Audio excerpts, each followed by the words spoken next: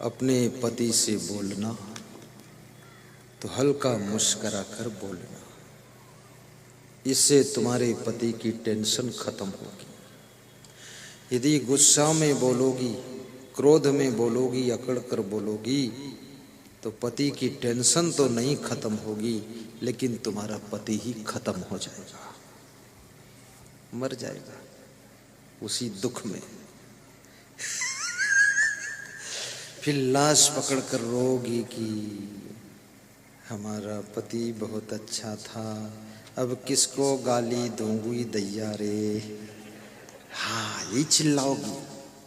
इसलिए पति से कभी क्रोध न करना। ये पति देव जितने बैठे हैं इनको गौर से देखो तो सही। ये तुम्हारे लिए रात दिन चिंता टेंशन में डूबे रहते हैं और ये यही सोचते रहते किस तरह अपनी पत्नी को अच्छी साड़ी पहनाऊं, किस तरह से अपने वाइफ के लिए अमेरिका के चप्पल ले आऊं, बॉम्बे की घड़ी पहना दूं, दुबई की पायल चमका दूं और चूड़ियां आगरे की पहना दूं और रसोई ऐसी बना दूं बिना धुआं के भोजन बन जाए। ये हर समय तुम्हारी चिंता करते हैं। इन पर थोड़ी दया रखना, कृपा रखना और इनसे मुस्कुरा कर बोलना तो इनकी टेंशन कम हो जाएगी। और जितनी उम्र बढ़ती जाए, बुढ़ापा आता जाए, उतना मुस्कुराहट बढ़ाते रहो। झूठ मूठ भी खीसे काढ़ना सीखो। खी बस हंस दिया, इसको बंद करो।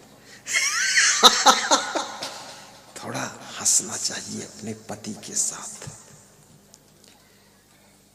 अपने इस बूढ़े सास ससुर के पास भी बैठ करके मीठी बाणी में उनसे थोड़ा सा बोल दिया करो कि सास ससुर तुम धन्य हो। धन्य हो या ना हो, बोलने में क्या प्रॉब्लम। और अपनी माँ को भी और अपनी पत्नी को भी 5 मिनट का समय रोज दिया करो, उसके पास बैठा करो। उस समय तुम ज्यादा मत बोला करो और उसको कहा करो कि जिस समय हमारी तुम्हारी शादी हुई तो शादी का मंडप बहुत अच्छा बना था, बहुत अच्छा था, याद आता है। बस इतनी बात शुरू करोगे, तुम्हारी वाइफ फिर आगे की पूरी कहानी रामायण सुनाएगी। हाँ, फिर सुनते जाओ, श्रोता बनकर मुस्कुराते जाओ कि हाँ बिल्कुल ठीक, बिल्कुल ठीक। क्योंकि पुरानी बातों में मजा लीजिए और वर्तमान बातों की सजा से बचिए। हाँ, वर्तमान में खिजबिज रोज होता, उसमें क्या सजा मिलती है। और ये भी कहिए कि तुम्हारी माँ महान है जो तुम जैसी बेटी को जन्म दिया। हालांकि तुमको पता है ये चंडिका है, हैरान करती, लेकिन फिर भी बोलो, थोड़ा कुछ ऐसा करो यार। और जब उसी के साथ में भाग्य था और शादी हो ही गई और पति पत्नी बन ही गए तो अब निभाना तो है ही। अब छुट्टी तो पाओगे नहीं, क्योंकि आपके भाग्य में तो यही थी काली देवी कलकत्ते की। तो इसी को लेकर डोलो, यही राम डोल डोलाते रहो।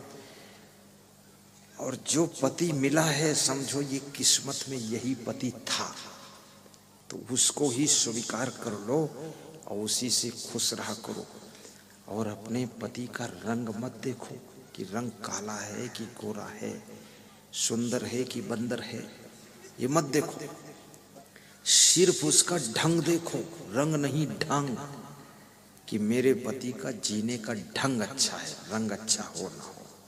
और रंग वंग तो इस दुनिया में किसी का अच्छा रह नहीं जाता है, क्योंकि इतनी टेंशन है, इतना तनाव है, इतना लफड़ा है कि चेहरा देखने का टाइम ही नहीं है लोगों को।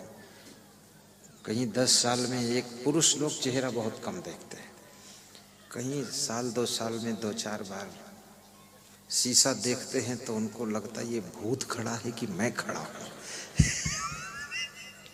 लेकिन स्त्रियां रोज चेहरा देखती हैं। ये दिन भर में 20 बार अपना मुंह देख लेती, और इनको संदेह रहता कि बदल गई हूं कि वही हूं, इसलिए बार बार निहारती है उसमें।